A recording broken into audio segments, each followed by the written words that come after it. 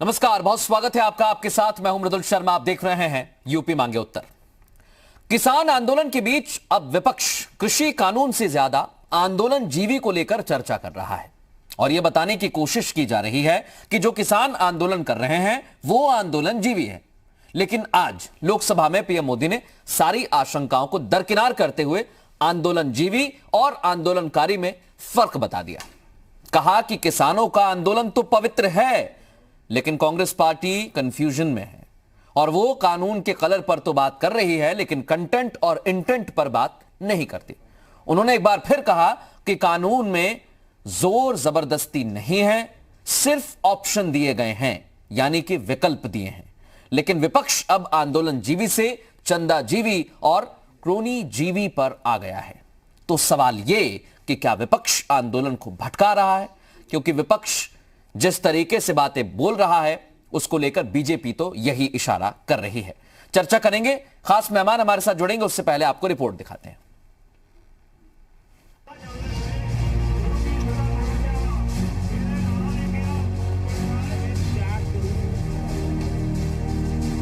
कृषि कानून पर जारी घमासान के बीच पीएम मोदी ने देश में हुए सुधारों पर जोर देते हुए कहा कि देश में कृषि सुधार उतने ही जरूरी हैं जितने समाज सुधार इस देश में हुए।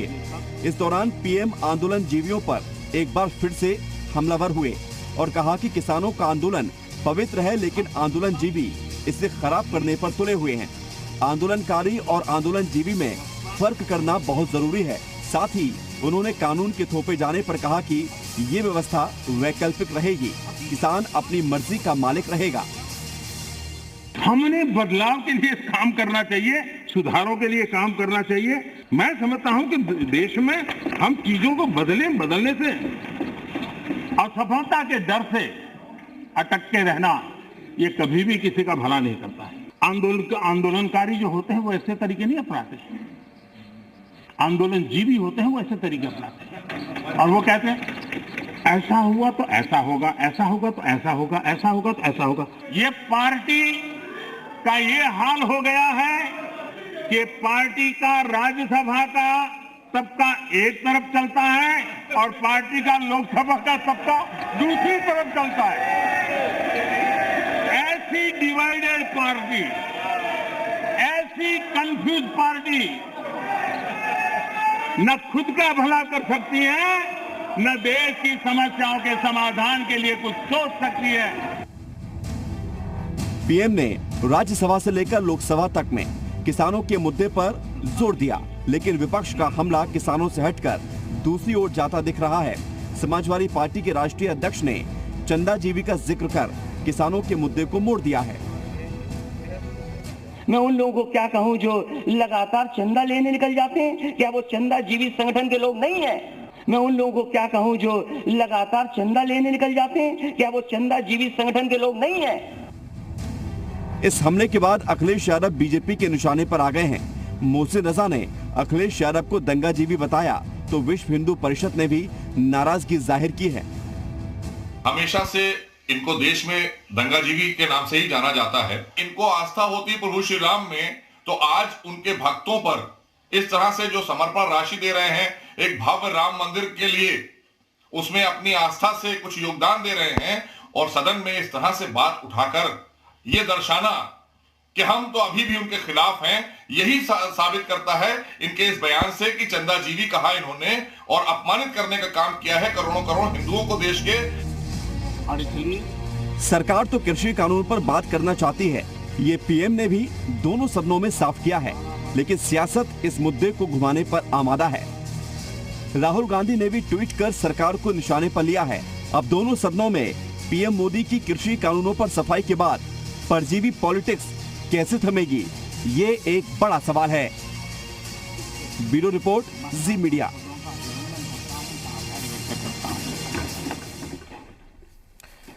तो आपने देख लिया, कृषि कानूनों पर बात हो रही है, लेकिन फिर आज प्रधानमंत्री ने कृषि कानूनों पर यह कहा कि ये विकल्प है, यानी कि ऑप्शन है। लेकिन उसके बाद आंदोलन जीवी, दंगा जीवी, चंदा जीवी, ना जाने किन किन शब्दों को गढ़ा गया और उन पर चर्चा हो रही है। तो सवाल ये कि कृषि कानून पर चर्चा की बजाय इन पर चर्चा क्यों? सवाल पूछेंगे। सीधे मेहमानों का रुख करते हैं। तमाम खास मेहमान इस समय हमारे साथ जुड़ गए हैं। हमारे साथ सुनील साजन जुड़े हुए हैं, प्रवक्ता हैं समाजवादी पार्टी के। और हमारे साथ अनिला सिंह जी इस समय हमारे साथ जुड़ चुकी हैं, प्रवक्ता हैं भारतीय जनता पार्टी की। उमाशंकर पांडे हमारे साथ जुड़ गए हैं, कांग्रेस का पक्ष रखेंगे। और आचार्य परमहंस दास हमारे साथ जुड़ गए हैं, महंत हैं, अयोध्या से हमारे साथ जुड़े हुए हैं। आप चारों का बहुत स्वागत है यूपी मांगे उत्तर में। सबसे पहले मैं सुनील साजन साहब आपके पास आ रहा हूं, क्योंकि आंदोलन जीवी को लेकर बड़ी चर्चा हो रही है देश में। अखिलेश यादव ने चंदा जीवी एक शब्द और बताया, लेकिन प्रधानमंत्री ने आज कहा कि आंदोलन तो पवित्र है, लेकिन ये आंदोलन जीवी इसे बर्बाद कर रहे हैं।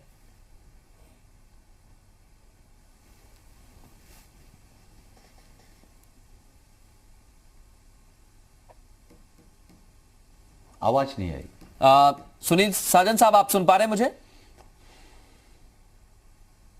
जी जी जी, अब आवाज आई। प्रधानमंत्री ने हमला किया, आपने चंदा जीवी बताया, तो प्रधानमंत्री ने कहा कि आंदोलन को तो आंदोलनकारी तो ठीक है, लेकिन आंदोलन जीवी बर्बाद कर रहे हैं। दूसरा, मोहसिन रजा ने कहा कि आप दंगा जीवी हैं।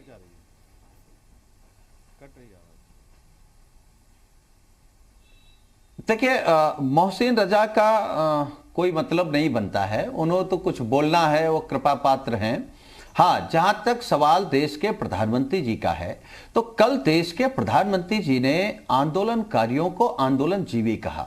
उसके बाद हमारे नेता समाजवादी पार्टी के राष्ट्रीय अध्यक्ष आदरणीय अखिलेश यादव जी ने सदन में इस बात को महसूस कराया सरकार को कि आंदोलन से देश आजाद हुआ है, आंदोलन से लोकतंत्र बचा है, आंदोलन से महिलाओं को अधिकार मिला है, आंदोलन से गरीबों को मौका मिलता, गरीबों के अधिकार मिलते हैं। छात्र राजनीति में हम लोग आंदोलन करके आए हैं, तो आंदोलन जो किसान कर रहा है उनको आंदोलन जीवी कहना यह उनका अपमान है। आज हम धन्यवाद देंगे प्रधानमंत्री जी को कि हमारे नेता के बोलने के बाद आज प्रधानमंत्री जी ने आंदोलन जीवी को अलग रखा है, किसानों के आंदोलन को आज पवित्र बोला है। यह किसानों की जीत है। एक, जहां तक सवाल जो हमारे नेता ने चंदा जीवी कहा, एक चीज और सुनील साजन साहब, चंदा जीवी पर मैं जवाब लूं। एक चीज और, देश के देखिए, आपने धन्यवाद तो दिया, लेकिन फिर ये आंदोलन जीवी है कौन? ये इनके नेता हैं। आंदोलन जीवी सिद्धू है।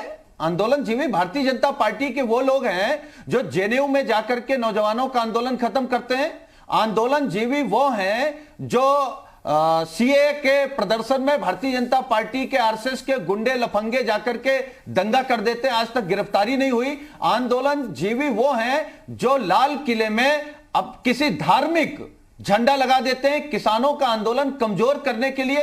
इसी तरीके की साजिश गांधी जी का आंदोलन कमजोर करने के लिए की गई। जो हमारे चंद्रशेखर आजाद, भगत सिंह जो क्रांतिकारी थे, उनके आंदोलन को कमजोर करने की साजिश कौन लोग करते थे?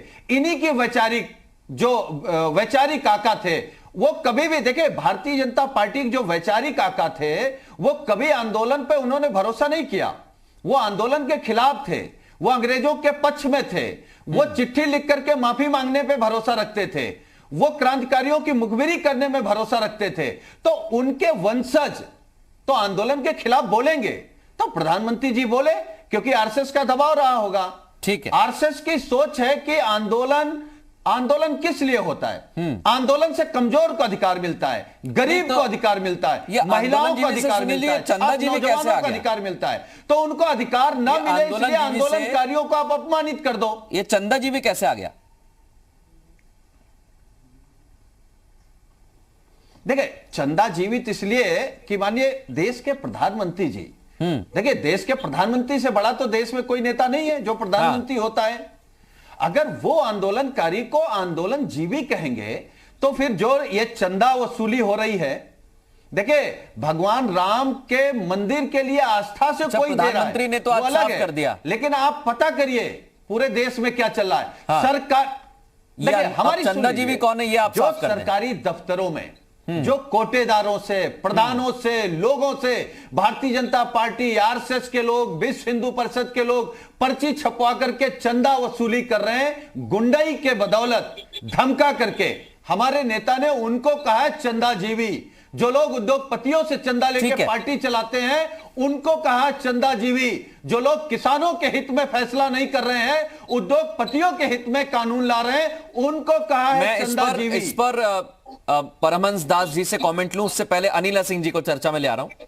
क्योंकि आपने जो बयान दिया है राष्ट्रीय अध्यक्ष अखिलेश यादव ने, उसको लेकर संत समाज भी नाराज हो गया है। मैं उनका कमेंट लूंगा, उनकी टिप्पणी लूंगा, लेकिन पहले अनिला सिंह जी को चर्चा में ले आता हूं। अनिला जी, उन्होंने आज तो धन्यवाद दिया कि आपने आंदोलनकारी और आंदोलनजीवी में फर्क समझा दिया, लेकिन वो ये कह रहे हैं कि चंदाजीवी आप ही हैं, आप ही लोग लेते हैं चंदाजीवी, और आंदोलनजीवी भी आप ही हैं।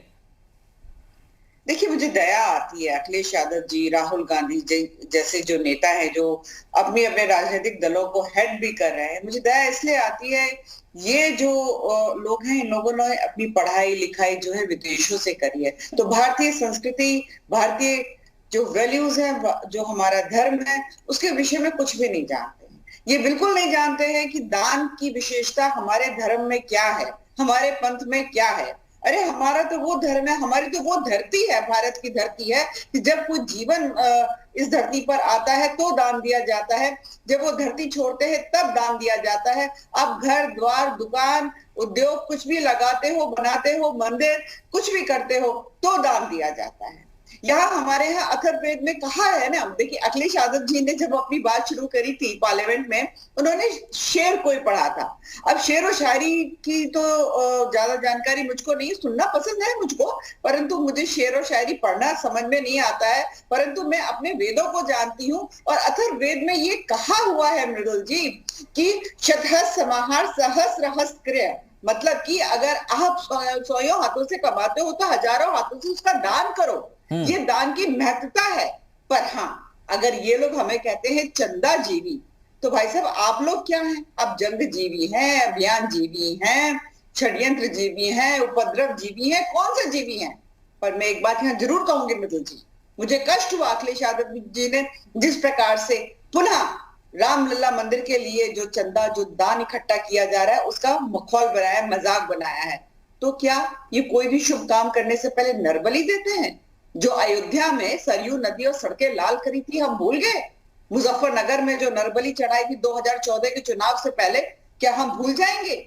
ये है, ये चीज मांगेंगे? नहीं भाई साहब, हम तो चंदा और दान मांग के अपना रामलला का जो मंदिर है उसका भव्य निर्माण करेंगे, परंतु हमारी संस्कृति क्या है उसका ज्ञान प्राप्त कर ले अखिलेश यादव जी, चंदा जी भी बोलने से पहले। मैं एक एक करके सबसे सवाल भी पूछूंगा, सबसे जवाब भी लूंगा, लेकिन पहले एक एक कॉमेंट हो जाए डिबेट में।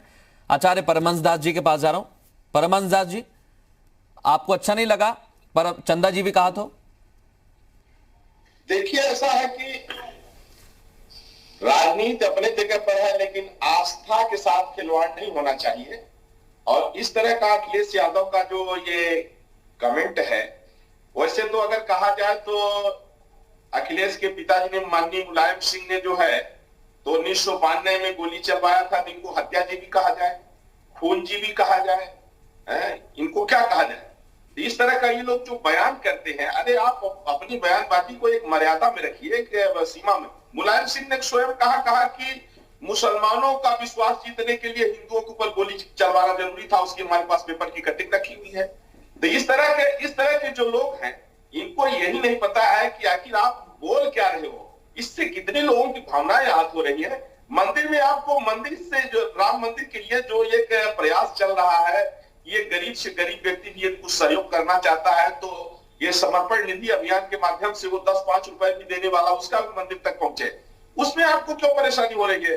और रह गई बात जो आदरणीय प्रधानमंत्री श्री नरेंद्र मोदी जी ने कहा है कि आंदोलन जीवी प्रजाति से लोग बचे, इसका मतलब यह है, देखिए कि जैसे लोग जो है ये फंड इकट्ठा करके उसमें कोई भी, चाहे CAA रहा हो, चाहे ट्रिपल तलाक रहा हो, चाहे जम्मू कश्मीर के लिए रहा हो, आर्टिकल 370, माने जो भी रहा उसमें इन लोगों को सिर्फ टांग अड़ाना है। इनको देश हित से मतलब नहीं है, इनको मतलब है कि सत्ता पक्ष का विरोध करना, चाहे वो देश हित का काम कर रही हो, चाहे कितना। ठीक है, आपको बुरा लगा कि आपसे चंदा जी भी कहा, साधु संत भी इसको लेकर टिप्पणी कर रहे हैं। सुनील साजन साहब से मैं जवाब लूंगा, उमाशंकर जी को भी चर्चा में ले आता हूं, क्योंकि एक और नया शब्द आ गया है, दंगा जीवी, चंदा जीवी, आंदोलन जीवी, क्रोनी जीवी। उमाशंकर जी, राहुल गांधी ने ट्वीट किया क्रोनी जीवी। अब ये जनता को आप ही समझा दीजिए कि ये बात आंदोलन से निकलकर, कृषि कानून से निकलकर आंदोलन जीवी होते हुए, दंगा जीवी, चंदा जीवी होते हुए क्रोनी जीवी तक कैसे पहुंच गई? बिल्कुल मृदुल जी, मैं क्रोनी जीवी पर आता हूं। एक बात अनिला जी को मैं बता दूं कि इनकी दया की जरूरत कांग्रेस को नहीं है। जिस प्रधानमंत्री को 175 से ज्यादा किसानों की शहादत पर दया नहीं आई, वो कांग्रेस पर दया ना करे। और डिग्री विदेश में पढ़ाई की बात कर रही थी। विदेश में पढ़ाई करना और करवाना हर छात्र का और हर पिता का सपना होता है। कुछ सक्षम पिता थे, उन्होंने पूरा किया। लेकिन मुझे जरा स्मृति ईरानी का हाई स्कूल का डिग्री और प्रधानमंत्री जी का इंटायर पॉलिटिकल साइंस वाली डिग्री अनिला जी इस डिबेट पर दिखा के जाइएगा, क्योंकि विदेश में पढ़ा होना गलत नहीं है। फेक डिग्री के सहारे अपने आप को शिक्षित बताना यह गलत है। एक बात। दूसरी बात, क्रोनी जीवी पर आते हैं। पूरे देश ने देखा कि इतिहास में पहली बार कोई प्रधानमंत्री किसी हॉस्पिटल के उद्घाटन पर पहुंच जाता है, कोई प्रधानमंत्री पेटीएम का प्रचार करने पहुंच जाता है, यह पहली बार हुआ है। और कोई प्रधानमंत्री अपने किसानों को गुलाम बधुआ मजदूर बनाने के लिए ऐसे कानून ला दिया कि वो उनके क्रोनी कैपिटलिज्म के जो लोग हैं, गिने चुने 3-4 लोग, अडानी जी, अंबानी जी, उनके लिए कुछ भी करने को तैयार हो गए हैं। किसानों की बलि जा रही है। और क्या क्या कह रहे हैं किसानों को? चाइनीज एजेंट, पाकिस्तानी एजेंट, ना जाने क्या क्या शब्द का प्रयोग कर उन्होंने तो पवित्र बताया आंदोलन को, उमाशंकर जी, और कहा कि आंदोलन जीवी खराब कर रहे हैं आंदोलन को। हाँ। और उन्होंने यह भी कहा कि कांग्रेस कंफ्यूज पार्टी है, राज्यसभा में कुछ और कहती है, लोकसभा में कुछ और कहती है। देखिए मैं सुन लीजिए मृदुल जी, वो प्रधानमंत्री जी हैं, उनकी केवल एक ही रेसिपी है कि वो बातूनी प्रधानमंत्री हैं, बहुत अच्छा प्रवचन करते हैं, ये उनकी यही उनका टीआरपी भी है, रेसिपी भी, इसके अलावा कुछ नहीं। अब देखिए, मैं जो महत्वपूर्ण बात कहता हूं, हम सबने सुना चुनाव के समय कि प्रधानमंत्री जी घर से निकल गए थे, अब तपस्या पे गए थे, कहां गए थे भगवान जाने, वो प्रधानमंत्री जी जाने। लेकिन जो घर से निकल गया, क्या कोई नौकरी किए थे प्रधानमंत्री जी? क्या हमने आज तक नहीं सुना। लेकिन एक आरएसएस का सिद्धांत है मृदुल जी कि भोजन, चर्चा और विश्राम, मतलब किसी के घर जाएंगे, भोजन करेंगे, चर्चा करेंगे जैसा प्रधानमंत्री जी करते हैं और आराम से सो जाएंगे। यह आरएसएस का सिद्धांत है। अब आप बताइए कि कौन चंदाजीवी है, कौन आंदोलन जीवी है, कौन परजीवी है? मैं ये आंदोलन जीवी, चंदा जीवी पे नहीं जा रहा हूं, मैं परजीवी पर जा रहा हूं कि आरएसएस और उससे निकले हुए प्रधानमंत्री जी, जिनका सिद्धांत ही है भोजन, चर्चा और विश्राम, वो कौन से जीवी हैं? परजीवी नहीं है तो क्या है? और मेरी कोशिश यह है, उमाशंकर जी, सुनील साजन जी, अनिला जी, मेरी कोशिश है, अगर आपने मेरी रिपोर्ट भी सुनी हो तो उसमें भी हमने यही कहा है कि ये आंदोलन जीवी, चंदा जीवी, दंगा जीवी, परजीवी, इसका कोई सेंस बचा नहीं है। क्योंकि बात हुई थी शुरू कृषि कानून को लेकर, उसको लेकर कोई चर्चा हो नहीं रही है, एक दूसरे पर आरोप प्रत्यारोप लगाए जा रहे हैं। मैं यही कहना चाह रहा हूं कि कम से कम अगर कृषि कानून को लेकर भ्रम की स्थिति है तो चर्चा उस पर करें। जो सियासी आरोप हैं, तो ये क्या परजीवी पॉलिटिक्स है उमाशंकर जी, जो अब बहुत तेजी से चल रही है? मृदुल जी, आप समझिए कि क्या उस प्रधानमंत्री और उस कृषि मंत्री की जांच नहीं होनी चाहिए? खून की जांच कह रहा हूं मैं, कि जो 2.5 महीने तक 12 राउंड की बैठक किसानों के साथ कर चुका हो और वो ये कहे कि इसमें काला क्या है, आज तक किसान हमको बता नहीं पाए। मुझे तरस आती है। उन्होंने तो आपसे भी कहा कि आप कलर पर तो बात कर रहे हैं, कंटेंट और इंटेंट पर बात नहीं कर रहे हैं। हाँ, हमारे कलर, काला बाजारी, काला कहा हमने ना, काला कानून, तो काला बाजारी इससे बढ़ेगा, असीमित भंडारण से काला बाजारी बढ़ेगा, यही पहला है काला शब्द जुड़ा हुआ है। दूसरा कॉन्ट्रैक्ट फार्मिंग के माध्यम से किसानों की जमीन पर प्राइवेट कंपनियों का कब्जा होगा। 2 हो गए। क्यों आपने 1955 का इसेंशियल कमोडिटी एक्ट को आपने खत्म करके उसमें से दलहन तिलहन को किनारे कर दिया? एक बात, प्याज रिकॉर्ड स्तर पर बिका, आलू रिकॉर्ड महंगाई पर बिका। ये क्यों हुआ? इसलिए हुआ क्योंकि आपने काले कानून के आलू पर तो, से काला बाजारी को, गन्ने पर तो कहां है सर एमएसपी? गन्ने पर, आलू पर कहां है? ये तो वैसे भी नहीं है एमएसपी से बाहर। निकाल दिया ना। हाँ। अब तो नहीं, आप निकाल दिया ना, गन्ना नहीं, गन्ना तो हटाइए, गन्ना तो बिल्कुल ही अलग हो गया, क्योंकि उनका तो चीनी मिलों से अनुबंध है। बिल्कुल, लेकिन गन्ना तो अलग है। हाँ। मैं गन्ना की बात नहीं कर रहा हूं, मैं सब्जियों की बात कर रहा हूं। ठीक है, दलहन, मैं अनिला जी को चर्चा में ले आता हूं, तेल और फल की बात कर रहा हूं। फिर अनिला जी को चर्चा में ले आता हूं, फिर सुनील साजन जी आप जवाब दीजिएगा। आचार्य परमहंस दास ने भी कुछ सवाल किए आपसे। अनिला जी, उमाशंकर जी कह रहे हैं कि परजीवी तो आप हैं, आरोप हम पर लगा रहे हैं, काला भी बता दिया उन्होंने। देखिए, दो बात मैं यहाँ पर कहूंगी। मैंने जो कांग्रेस के प्रवक्ता बंधु हैं बड़े ध्यान से सुना, और जिस प्रकार से इस देश के प्रधानमंत्री जी का अपमान कर रहे थे वो भी मैंने सुना। भाई साहब, डिग्रियों की बात मत करिए, आप समझते क्या हैं? हाँ, देश के प्रधानमंत्री हैं, जिस तरीके का आप आरोप लगा रहे हैं, दो बार सोचा करिए फिर बोला करिए। और आप कह रहे हैं ना कि हर पिता का सपना होता है कि अपने बच्चे को विदेश में पढ़ाए। किसकी करनी है? कांग्रेस की करनी है। यहाँ की जो एजुकेशन पॉलिसी है उसको बिल्कुल इतना थर्ड क्लास बनाया कि यहाँ के जो बच्चे हैं वो विदेशों में पढ़ना पसंद करते थे, यहाँ नहीं। अब जो नई शिक्षा नीति आई है उसके बाद आप देखिएगा कि देश में क्या बदलाव होता है। दूसरी बात यह है कि अभी मुझे हंसी आती है जिस प्रकार से ये लोग कानूनों के विषय में बताते हैं। मृदुल जी, आप बैठे हुए हैं, इनसे एट रैंडम अभी तुरंत मेरे से हटा के इनके ऊपर कैमरा फोकस करिए और इनसे कहिए तीनों कानूनों के नाम बताएं। अगर ये बता दे तो मैं मान जाऊं, तुरंत कहिए। वो कह रहे हैं नहीं बता पाए। उमाशंकर जी, तुरंत पूछिए, गूगल ना करेंगे।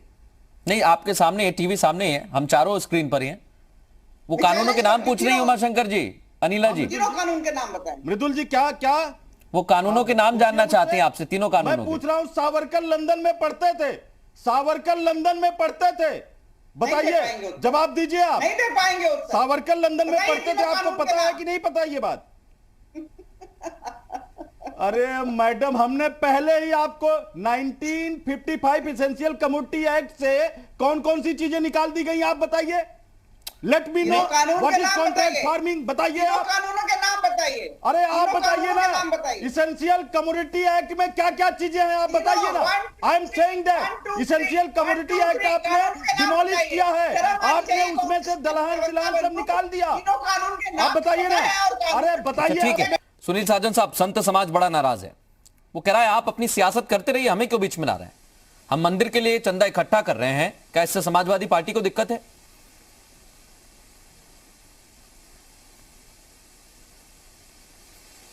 आचार्य जी को मैं सुन रहा था, मुझे नहीं लगता आचार्य जी ने अगर माननीय अखिलेश यादव जी को सुना होगा तो माननीय अखिलेश यादव जी ने साधु संतों को कहा या मंदिर में जो चंदा इकट्ठा हो रहा मंदिर के लिए, भगवान राम के मंदिर के लिए, उसके लिए कुछ कहा हो।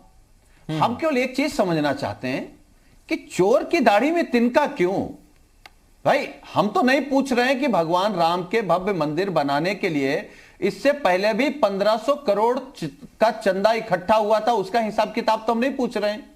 और ये तो आस्था है, हमारी आस्था होगी, हम भी देंगे, हमारी है, हम अपने रूप से देंगे। लेकिन हम जानना चाहते हैं, क्योंकि एक वो बनी है, कमेटी बनी है, भगवान राम के ट्रस्ट बना है, तो ट्रस्ट ने कितने लोगों को देश में अनुमति दी है कि आप चंदा ले सकते हैं। अगर किसी को चंदा देना है, किसी की आस्था, वो जाएगा अयोध्या, वो अपना ट्रस्ट में चंदा देकर के आएगा।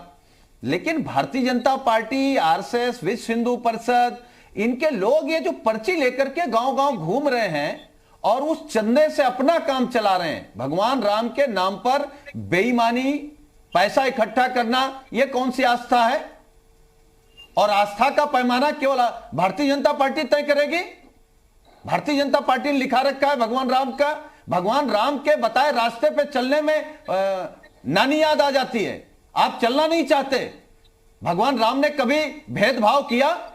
भगवान राम ने छुआछूत मानिया? भगवान राम ने किसी का हक मारा?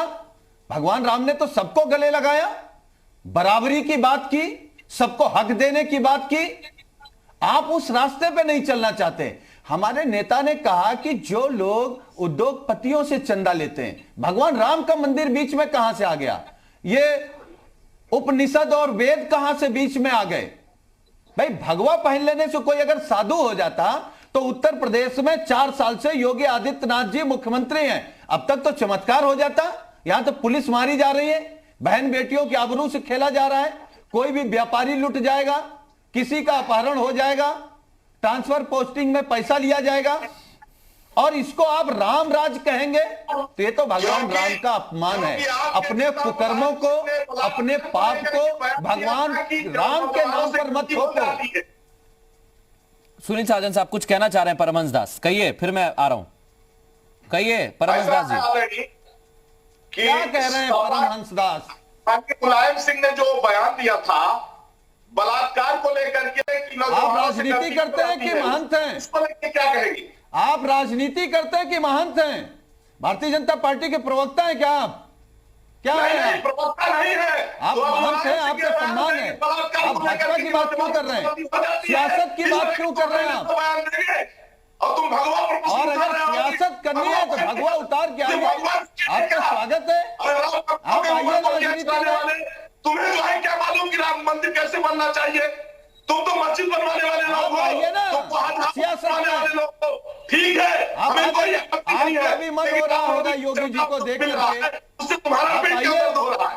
आप लड़िए कमजोर। ठीक है, एक सेकंड आप लड़िए गरीब के एक सेकंड, जाहिर सी बात है आपको। नहीं, जो आरोप लगाए, एक सेकंड परमहंस दास जी, एक सेकंड। उनका कहना है कि मैं आरोप बीजेपी पर लगा रहा हूं। उनका कहना है हमारे आरोप बीजेपी को लेकर है, हमने संत समाज को लेकर ना भगवा को लेकर कुछ कहा है। मैं अनिला जी आपके पास आ रहा हूं। वो तो अब डायरेक्ट आपसे कह रहे हैं कि चंदा लेने वाले आप लोग हैं, हालांकि सारी पॉलिटिकल पार्टीज चंदा लेती हैं। नहीं देखिए, ऐसे सबसे पहले तो मैं निवेदन करूंगी समाजवादी पार्टी से कि बारंबार जो है हमारा संत समाज है उसका अपमान ना करें, उनके ऊपर चढ़कर ना आए। ये ना कहिए कि जो भी भगवाधारी है वो राजनीति करता है। भगवा से पता नहीं क्यों इतनी परेशानी है लोगों से, भगवा से क्यों चिढ़ते? तिरंगे में भी भगवा रंग है, तो परेशान ना हुआ करें भगवा रंग को देखकर। दूसरी बात यह है कि देखिए, ये भारतीय जनता पार्टी की ही सरकार है जिसने बहुत ट्रांसपेरेंसी लेकर आ गए हैं कि किस प्रकार से चंदा दिया जाएगा, कितना दिया जाएगा। कौन कर रहा है? पहले पता ही नहीं, पहले दंगा कौन कर रहा है? ये आपका चरित्र होगा, हम लोगों का चरित्र नहीं है। नहीं, झूठ मत बोलिए। ठीक है, आपके नेता झूठ बोलते हैं, इसका मतलब ये नहीं कि आप झूठ बोलने लगे। अब मैं बोलूं? देखिए, ऐसा है सुनील जी, मैं बिल्कुल झूठ नहीं बोल रही हूँ, परंतु मैं जानती हूँ कि भगवान को लेकर राजनीति कौन करता है। कौन कहता है कि हम सबसे ऊंची जो है भगवान परशुराम की मूर्ति बनवाएंगे? कौन ये नैरेटिव, फॉल्स नैरेटिव फैलाता है कि इस जाति की बहुत ज्यादा यहाँ पर उतना वेटेज नहीं मिल पा रहा है और उनके नाम पर भगवान परशुराम की जो है हम बहुत बड़ी मूर्ति बनवाएंगे, सबसे ऊंची मूर्ति बनवाएंगे। तो भगवान को लेके राजनीति कौन करता है, हमारे ऋषियों को लेके राजनीति कौन करता है, ये हम अच्छी तरीके से जानते हैं। और जब ऋषियों का नाम आता है यहाँ पर, तो मुझे मृदुल जी एक चीज याद आती है कि महर्षि जो दधीची थे, उन्होंने तो अपनी अस्थियों का दान कर दिया था जन कल्याण के लिए। ये वो धरती है। कर्ण ने अपने कर्ण कुंडल तक का दान कर दिया था। तो दान जो है यहाँ पर जिस प्रकार से एक मजाक बनाया जा रहा है, लेकिन अनिला जी, अभी हाल ही में अखिलेश यादव ने कहा था कि दान तो भारतीय परंपरा में है, तो लोगों के घर जाकर क्यों ले, मंदिर में दे देंगे दान। उन्होंने ऐसा भी कहा था हाल ही में, आपने सुना होगा।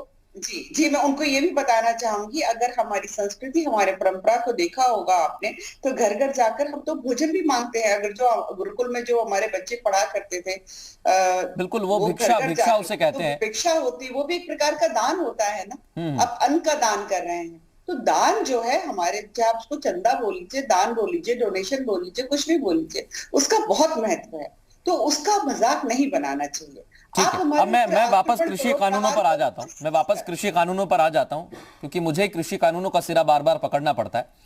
मैं उमा शंकर जी आपके पास आ रहा हूं, उससे पहले सुनील साजन साहब से कमेंट लेना चाहता हूं। सुनील जी, प्रधानमंत्री ने आज फिर साफ किया, प्रधानमंत्री कहते हैं मृदुल जी कि ये तो ऑप्शन है। लोग कह रहे हैं कि हम थोप रहे हैं, हमने थोपा थोड़ी ना है, ऑप्शन है, आपकी मर्जी है, आपको जहां करना है करिए, आपको अगर नहीं पसंद तो वहां मत जाइएगा। देखिए मृदुल जी, मुझे लगता है कि यही समझने की जरूरत है। देश के प्रधानमंत्री जी जब सरकार का तंत्र कमजोर करेंगे और प्राइवेट का मजबूत करेंगे, तो आखिर हावी कौन हो जाएगा? मैं पूछना चाहता हूं इस पर मैं सुनील जी एक छोटा सवाल इसलिए कर रहा हूं क्योंकि आज जो चर्चा हुई है लोकसभा में, उन्होंने एक चीज साफ की। सुनील जी, एमएसपी मिला है? सुनील जी, एक चीज साफ की, उन्होंने कहा कि विपक्ष आरोप लगा रहा है। आपकी जो बातें उसी पर सवाल पूछ रहा हूं मैं प्रधानमंत्री की बात को कोट करते हुए उन्होंने कहा कि विपक्ष आरोप लगा रहा है कि हम सरकारी मंडियों को कमजोर करना चाहते हैं, एमएसपी को लेकर स्थिति भ्रम की फैलाई जा रही है, लेकिन सरकार ने तो इस बजट में ई मंडियों के प्रावधान की व्यवस्था की है, पैसे दिए एमएसपी को लेकर, तो हम कहां से कमजोर कर रहे हैं, ये उनका बयान है। देखिए अच्छा, मैं दूसरी बात कह रहा हूं कि प्रधानमंत्री जी आज ये स्पष्ट कर देते कि उन्होंने वादा किया था कि 2022 आते आते हम देश की किसानों की आय दोगुनी कर देंगे। हमारे नेता माननीय अखिलेश यादव जी इस बात को कई बार पूछ चुके हैं कि वो एमएसपी आप बता दीजिए जिससे किसानों की आय दोगुनी होगी। गेहूं की लागत क्या है, उसका दोगुना कैसे मिलेगा? धान की लागत क्या है, उसका दोगुना कैसे मिलेगा? आलू की लागत क्या है, उसका दोगुना कैसे मिलेगा? मक्का की लागत क्या आती, उसका दोगुना कैसे मिलेगा? अरे आप दोगुना दे दीजिए। हम ये थोड़े कह रहे हैं कि हम आपके हर मामले में विरोध करेंगे। जब आप वादा खिलाफी करते हैं, देखिए देश के प्रधानमंत्री जी ने क्या कहा, आप पूरा याद करिए। रोजगार देने के लिए क्या आप रोजगार दे पाए? मेट्रो सिटी बनाने के लिए क्या बना पाए? स्मार्ट सिटी बना पाए? गंगा मैया को क्या साफ कर पाए? क्या बुलेट ट्रेन ला पाए? आप किए क्या? केवल जुमले पे जुमला। ठीक है, अरे देश, मैं इसका जवाब अनिला सिंह जी से लूं, उमाशंकर जी को भी चर्चा में ले आता हूं, क्योंकि वो भी लगातार निशाने पर ले रहे हैं सरकार को। अनिला जी ने हालांकि ब्रेक से पहले उनसे कानूनों के नाम भी पूछ लिए थे, लेकिन कंटेंट और इंटेंट को लेकर उमाशंकर जी सवाल उठाया जा रहा है कि कांग्रेस कंटेंट और इंटेंट पर बात नहीं कर रही है, सिर्फ कलर पर बात कर रही है। प्रधानमंत्री कह रहे हैं हमने तो ऑप्शन दिया है ABCD, आपको जो चुनना है चुनिए। आपसे ये थोड़ी कहा जा रहा है कि आपको A ही चुनना है। पहले तो प्रधानमंत्री जी की डिग्री अनिला जी अभी नहीं दिखा पाई ना, स्मृति ईरानी की, मुझे लगता है कि लास्ट तक दिखाएंगी। दूसरी बात, सोते हुए को जगाया जाता है मृदुल जी, लेकिन जो बिल्कुल सोने का नाटक कर रहा हो, ड्रामेबाजी कर रहा हो, जिसके लिए प्रधानमंत्री जी जाने जाते हैं, उसको कोई कैसे बता सकता है? मैं अभी डिबेट पर बताऊंगा, फिर ये कहेंगे कि बता ही नहीं पा रही है कांग्रेस।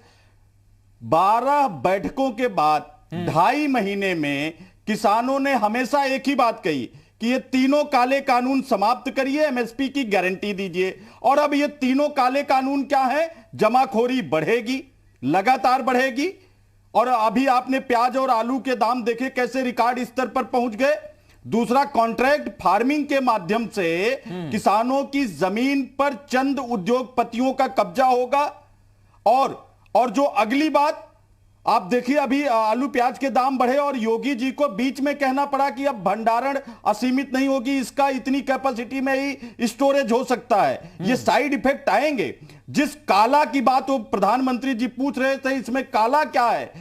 काला बाजारी हम लोग बचपन से सुनते आए कि काला बाजारी पर रोक लगेगी, काला बाजारी पर रोक लगेगी, और प्रधानमंत्री जी ने काला बाजारी को ही वैध घोषित कर दिया। इसेंशियल कम्युनिटी एक्ट 1955, उसको इन्होंने जो आवश्यक वस्तु अधिनियम 2020 इन्होंने बनाया। मैं अनिला जी से इस पर जवाब ले लेता हूं। जो हमारे जीवन से जुड़ी हुई चीजें हैं उसको इन्होंने निकाल दिया। अनिला जी, उसमें उन्होंने, उमाशंकर जी जो आपने पूछा वही पूछ रहा हूं। उनका जो एसेंशियल कमोडिटी एक्ट को लेकर सवाल है, अनिला जी, उनका कहना है कि भंडारण की व्यवस्था है उसमें कोई लिमिट नहीं रखी है जिससे कालाबाजारी बढ़ेगी, ये काला है कानून में। देखिए, सबसे पहली बात तो वही है ना कि little knowledge is a dangerous thing, अंग्रेजी में कहा जाता है। या मैं ये कहूँ कि नीम हकीम खतरिया जान, जो इसीलिए ये लोग ये फॉल्स नैरेटिव और परसेप्शन बनाने का प्रयास करते हैं। तो जो मेरे कांग्रेस के प्रवक्ता भाई हैं, उनसे मैं पहले 2 चीज उनको करेक्ट करती हूँ। शुरू में उन्होंने कहा कि करीब 150 या 175 ऐसा कुछ बोला था किसानों ने अपनी शहादत दी है, तो 200 के करीब किसानों ने अपनी शहादत दी है। नंबर ठीक कर लीजिएगा, ठीक है। दूसरी बात इन्होंने कहा कि 12 राउंड ऑफ मीटिंग होगी, 12 नहीं 11 हुई है, उसको भी ठीक कर लीजिएगा। तीसरी बात इन्होंने एसेंशियल कमोडिटीज। अरे बड़ी ज्ञानी प्रवक्ता, पहले आइए हम आप अपनी डिग्री मिला लें। मैं चैलेंज कर रहा हूं, आइए पहले हम अपनी डिग्री कंपेयर कर लेते हैं। Let us compare to our degree. बताइए क्या डिग्री है आपकी? नहीं, आप बार ये जो प्रश्न उठा रहे हैं ना, मैं फिर चैलेंज कर रहा हूं। Let us compare our degrees on this debate only right now. Let us compare our degree. नहीं, अंग्रेजी मत बोलिए। डॉक्टर हूं, मुझे उत्तर प्रदेश सरकार ने डिग्री दी है, and this is not the fake degree like entire political science, or this is not the degree which change every year. Do you know that? Give me so the degree of Smriti Irani. हर साल उनकी degree बदल जाती है. Just discuss about that. If you have any honest opinion, so come on, show the degree of Smriti Irani जी. मेरा ये कहना है कि सर आपकी डिग्री जी की डिग्री सुनिए मेरी बात तो सुनिए मेरी बात हिंदी में भी अगर आप कहेंगे अगर आप इस्तेमाल कर रहे हैं मुझे कोई तकलीफ नहीं है, लेकिन दर्शक जो है हमारे हिंदी के दर्शक हैं, अंग्रेजी जानने वाले भी हिंदी समझते हैं, लेकिन यहाँ पर अनिला जी और उमाशंकर जी और सुनील जी और आचार्य परमहंस दास जी की डिग्री से हमें कोई लेना देना नहीं है. मैं यही कह ठीक है सर, देखिए come on, just compare to me और योर पीएम. सुनिए तो सही उमाशंकर जी, आपकी डिग्री पर आपकी डिग्री और हमारी डिग्री से किसी को क्या लेना देना होगा. उमाशंकर जी आप राजनीति में आए हैं, आप राजनीति करते हैं, आप नेता हैं, बात खत्म. अनिला सिंह जी नेता हैं, बात खत्म. सुनील साजन सिंह साहब प्रवक्ता है समाजवादी पार्टी के, बात खत्म. वो उनकी विचारधारा है, समाजवाद से जुड़े हुए हैं. आचार्य महंत परमहंस दास संत हैं, बात खत्म. लेकिन सर हम इस पर चर्चा नहीं करना चाहते. अच्छा ठीक है उमाशंकर जी, दोबारा अंग्रेजों की गोद में लेट गया. Do you know. सुनिए एक मिनट मैं अनिला जी की बात को कंप्लीट होने देता हूं, अपनी इतिहास फिर बाद में हम महंत जी आपके पास आ रहा हूं मैं. अनिला जी कहिए. जी देखिए, ऐसा है कि इनको ज्ञान नहीं है. जिनको ज्ञान नहीं होता वो इसी प्रकार से चिल्लाते हैं जैसे कि अभी उमाशंकर जी चिल्ला रहे थे. और किसी दिन अंग्रेजी चैनल पर आकर बैठ जाइएगा और अंग्रेजी में डिबेट करिएगा, फिर मैं आपको अंग्रेजी में उत्तर दूंगी. उमाशंकर जी हिंदी की डिबेट है, हिंदी में बात करते हैं. खैर, एसेंशियल कमोडिटीज एक्ट के बारे में इन्होंने कहा, भंडारण की बारे में इन्होंने बात की. तो इनको जानकारी नहीं है. इनको जानकारी नहीं है कि इसमें क्या रूल्स और रेगुलेशन इंट्रोड्यूस किए गए हैं, कि कब जो है इस भंडारण पे रोक भी लग सकती है, क्या क्या इनको हटाया गया. पहले पढ़कर आया करें कि कानून कौन कौन से हैं, उनके नाम याद करके आइए, उनमें क्या क्या क्लॉजेस है वो पढ़कर आइए, फिर डिबेट में बैठिएगा. जितने तीनों के तीनों कानून है बिल्कुल ठीक बने हुए हैं. अगर फिर भी किसानों को कुछ आपत्ति है तो उनके नेताओं से बात चर्चा कर रही है सरकार, और उन पर काम किया जा सकता है. ठीक है. महंत परमहंस दास जी, सुनील साजन साहब, एक मिनट. उमाशंकर जी कुछ कह रहे हैं. उमाशंकर जी, के प्रधानमंत्री, इतनी गरिमा गिरा दी, इतनी गरिमा गिर गई देश के प्रधानमंत्री की. हॉस्पिटल के उद्घाटन में जाएंगे, पेटीएम का प्रचार करेंगे, अभिनेता हो गए हैं. हाँ है अभिनेता. देखते हैं 175 लोगों के मरने पर प्रधानमंत्री तो दया नहीं आई. सुनिए तो उमाशंकर जी ड्रामेबाजी बंद करिए. उमाशंकर जी मेरी बात तो सुनिए कम से कम. 175 लोग शहीद हो गए. सर उत्तराखंड में बाढ़ आ गई, इतने लोग मर गए. हाथरस की बेटी के साथ जो हुआ उस पे प्रधानमंत्री जी को रोना नहीं आया. प्रधानमंत्री जी को रोना आ रहा था. ओ माय गॉड, ऐसे इनको ऑस्कर दिलवाइए. सर आपके नेता थे, हमारे तो नेता है नहीं. प्रधानमंत्री को अभिनय का सर आपके ही नेता थे. मैं रिकमेंड करता हूं. नहीं ठीक है, आप सर इसके लिए भी ला सकते हैं. आपके जो सांसद है उनसे कहिए, वो ले आएंगे. इसके लिए भी लोकसभा राज्यसभा में है. मैं महंत परमहंस दास जी को चर्चा में ले आता हूं. उमाशंकर जी प्लीज, मैं आ रहा हूं. सर समझिए तो सही, कोई मतलब नहीं है सर इस तरह की चर्चा करने का.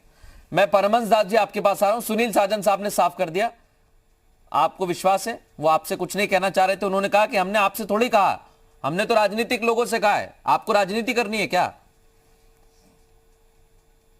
देखिए आदरणीय, ऐसा है, हमें देश हित की चिंता है. साधु संत जो है देश के लिए जीते हैं और देश के लिए मरते हैं. और ये भारतीय परंपरा में जो सन्यासी है ना, उनका एकमात्र देश ही परिवार होता है, राष्ट्र हित ही उनके जीवन का सर्वोपरि होता है. मैं बता रहा हूं कि आदरणीय प्रधानमंत्री जी ने जो प्रॉमिस किया है कि 2022 तक किसानों की आय दुगनी होगी, उसी के तहत ये जो कृषि सुधार 3 कानून है, और उसमें माननीय आदरणीय प्रधानमंत्री जी ने साफ कर दिया है कि एमएसपी खत्म नहीं होगी. और कॉन्ट्रैक्ट फार्मिंग के तहत भी अगर वो उत्पाद का ज्यादा दाम दे रहा है कोई जो है कंपनी वाला, और किसान चाहे 1000 मान लीजिए कि हम कहते 1500 रुपए कुंटल गेहूं है और कोई 2500 रुपए कुंटल का कॉन्ट्रैक्ट कर लिया, तो किसान को तो लाभ होगा, दुगना लाभ होगा. तो उसमें जो है दूसरी बात मैं पूछना चाहता हूं, मैं ये भी पूछना चाहता हूं कि अभी उमाशंकर जी कह रहे थे 7 नवंबर 1966 को इंदिरा गांधी ने दिल्ली के अंदर हजारों आंदोलनकारियों के ऊपर गोलियों से भुनवा दिया था और हजारों आंदोलनकारी मरे थे, इसका आप जवाब दीजिए। अरे महाराज जी, संत हैं आप? अरे आप संत नहीं हो सकते। जो भाजपा को अपना परिवार मान ले, कांग्रेस सपा दूसरे दलों की आलोचना करने लगे, वो संत नहीं हो सकता। संत की परिभाषा क्या होती है? नहीं, मैं आपसे महात्मा जी, हम तो आपको संत मान रहे थे। संत कैसे हो सकते हैं? आंदोलनकारियों पर आपने गोली चलवाया था, उसका उत्तर दीजिए। मान के भाजपा के पक्ष में एक तरफा भाषण जवाब ही नहीं है। मैं आपसे चलाऊं, आप जवाब ही नहीं है, आप उल्टा बात बोल रहे हैं। पहले अच्छा, ठीक है, स्वीकार करिए, फिर कुछ भी बोलिए। ठीक है, ठीक है, ठीक है। मैं सुनील साजन साहब से एक कमेंट लेना चाहता हूं। बोलिए, आप संत नहीं हो सकते, आप संत नहीं हो सकते। आप परजीवी, आंदोलन जीवी, इसके बाद क्या संत जीवी भी आ जाएंगे क्या? एक एक करके नए नए शब्द गढ़े जा रहे हैं, और नए नए शब्द गढ़ने से सिर्फ चर्चा भटकती है और कुछ नहीं होता है। सुनील साजन साहब, आंदोलन जीवी, दंगा जीवी, देखिए मृदुल जी, मैं अलग अलग तरीके के शब्द, क्या इन पर विराम लगेगा? नए शब्द कह देने से देश के किसान को कुछ मिलने नहीं जा रहा है। एक, हमारे नेता माननीय अखिलेश यादव जी ने तो जो प्रधानमंत्री जी ने कहा था उसके बदले में उन्हें कहा, और हम फिर कह रहे हैं कि हम धन्यवाद देंगे प्रधानमंत्री जी को कि उन्होंने हमारे नेता की बात समझी। उनको महसूस हुआ कि हमने गांधी जी से लेकर अब तक लोगों को अपमानित किया है, तो आज उन्होंने स्पष्ट कर दिया कि किसानों का आंदोलन पवित्र है। हां, परमहंस जी को मैं सुन रहा था, इन्होंने एक अच्छी बात कही कि जो साधु होता है वो देश हित में सोचता है, देश हित में काम करता है। अरे भाई, कौन सा देश हित वाला व्यक्ति है जो करोड़ों किसानों की आवाज नहीं महसूस कर पा रहा है? 150 से 200 के बीच किसान हमारे आपके बीच नहीं है, उसकी शहादत हो गई, उसका दुख आपको नहीं है। कैसे संत हैं आप? संत तो उसे कहते हैं, योगी उसे कहते हैं जो दूसरे की तकलीफ समझे, भाजपा की तकलीफ नहीं, भाजपा का बचाव नहीं। एक छोटा सवाल है मेरा इस पर। नहीं होंगे, और हम आपका आदर करते हैं, हम आपका सम्मान करते हैं, लेकिन हम चाहते हैं कि आपका व्यवहार, आपकी बातचीत एक संत जैसी हो। ठीक है, मैं एक छोटा सवाल इसलिए करना चाह रहा हूं क्योंकि बात हो रही है, बार बार ये कहा जा रहा है कि किसानों की शहादत को लेकर क्यों नहीं बोले, जो लोग किसान हैं उन पर मुकदमे दर्ज किए जा रहे हैं, लेकिन दिल्ली पुलिस कहती है कि वो तो किसान नहीं है, फिर उनके लिए वकील प्रोवाइड करवाए जाते हैं। देखिए मृदुल जी, मुझे लगता है कि आप वही सवाल कर रहे हैं। आप याद करिए, हिस्ट्री हमने आपने सबने पढ़ी है, हम लोगों ने क्रांतिकारियों के इतिहास देखा है। हाँ। ये तो अंग्रेज की जो पुलिस थी वो भी भगत सिंह को भी क्रांतिकारी नहीं मानती थी, चंद्रशेखर आजाद को भी क्रांतिकारी नहीं मानती थी, तो उन्होंने FIR लिखा और वो आतंकवादी मानते थे। लेकिन क्या हम आप चंद्रशेखर आजाद, सावरकर पर भी केस किया और भगत सिंह को क्या हम आप आतंकवादी मानते हैं? नहीं, किसने? सावरकर को भी किया था ना, तो फिर सावरकर को लेकर इतने सवाल क्यों उठाए जाते हैं? क्रांतिकारियों का गद्दार है। नहीं तो केस तो अंग्रेजों ने किया था ना सर। भाई मैं कह रहा हूं, लिखित माफी किसने मांगी? अच्छा ठीक है, चंद्रशेखर आजाद ने मांगी, अनिला जी, भगत सिंह ने मांगी, अनिला जी कुछ कह रही है, अनिला जी कुछ कह रही है सुनील साजन साहब आपकी बात पर, इसलिए मैं उनके पास जा रहा हूं तुरंत। अनिला जी कहिए। हाँ, वो बोले, हम उनको सुनने को। देखिए, ऐसा है कि सुनील साजन जी को मैं जानती हूँ और इन्होंने एक युवा नेता के रूप में अपने राजनीतिक दल के लिए आंदोलन किए हैं, लाठियां भी खाई हैं, इसमें कोई दो राय नहीं। आप आंदोलन करिए, इस प्रकार के आंदोलन करिए, आपका अधिकार है। परंतु आपने देखा होगा, दिल्ली में मैंने देखा है, बहुत अच्छी तरीके से देखा है कि कुछ सेट लोग हैं। अगर JNU में आंदोलन होगा आपको वहां दिखाई दे जाएंगे, टीवी पे डिबेट भी करते हुए दिखाई दे जाएंगे। हाँ, अगर CA का होगा वहां दिखाई दे जाएंगे, टीवी पे डिबेट करते हुए दिखाई दे जाएंगे। किसानों का होगा वहां दिखाई दे जाएंगे, टीवी पे डिबेट करते हुए दिखाई दे जाएंगे। ये आंदोलन जीवी हैं, ये परजीवी हैं, जो सर्वाइव ही इस पे करते हैं। आंदोलन हो और उस पर वो थ्राइव करते हैं, सर्वाइव करते हैं, वो आंदोलन जीवी होते हैं।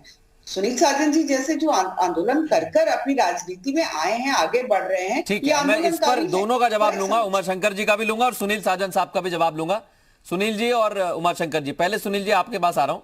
उन्होंने साफ कर दिया आप थोड़ी ना आंदोलन जीवी हैं, आंदोलन जीवी तो कोई और हैं, वो नजर भी आते हैं लोगों को, हर आंदोलन में आ जाते हैं वो, परजीवी की तरह। आपकी डिबेट के माध्यम से बीजेपी के प्रवक्ता से, अनिला सिंह जी से और इनकी सरकार से अनुरोध कर रहे हैं, जो आपको सब जगह दिखते हैं उनके खिलाफ कार्रवाई करिए, लेकिन उनके चक्कर में करोड़ों किसानों का हक क्यों मार रहे हैं?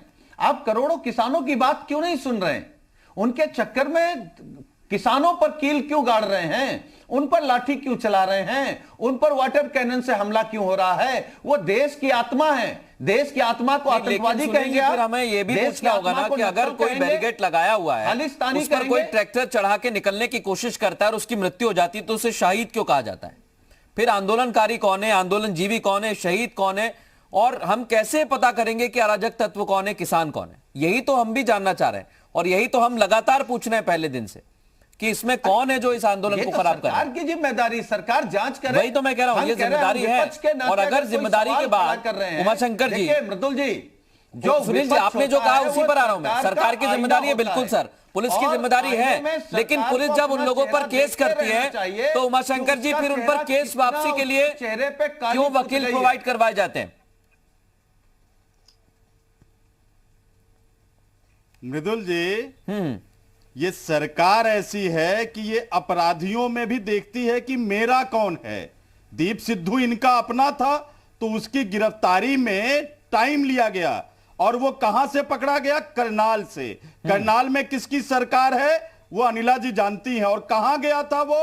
हिमाचल। हिमाचल में किसकी सरकार है वो भी अनिला जी जानती हैं। यानी कि दामाद की तरह दीप सिद्धू को भारतीय जनता पार्टी ने अपने सरकार वाले राज्यों में रखा, और फिर समय पर जब शुभ मुहूर्त निकला तो उसको पेशी कर दिया। आखिर इस बात की जांच इस देश में क्यों नहीं होनी चाहिए? इस बात की जांच क्यों नहीं होनी चाहिए मृदुल जी कि एक आरोपी जो सरेआम लाल किला पर चढ़ जाता है? मेरे पास वक्त नहीं है महंत जी, मैं आपके पास भी आता। वायरल होती है, चर्चा होनी चाहिए किसानों को लेकर, कृषि कानूनों पर, और ये चर्चा जितनी जल्द हो उतनी जल्दी खत्म भी होनी चाहिए। संवाद के जरिए एक रास्ता निकालने की कोशिश करनी चाहिए। बहुत शुक्रिया चारों मेहमानों का, आपका हमारे से चर्चा करने के लिए। एक छोटा सा ब्रेक हमें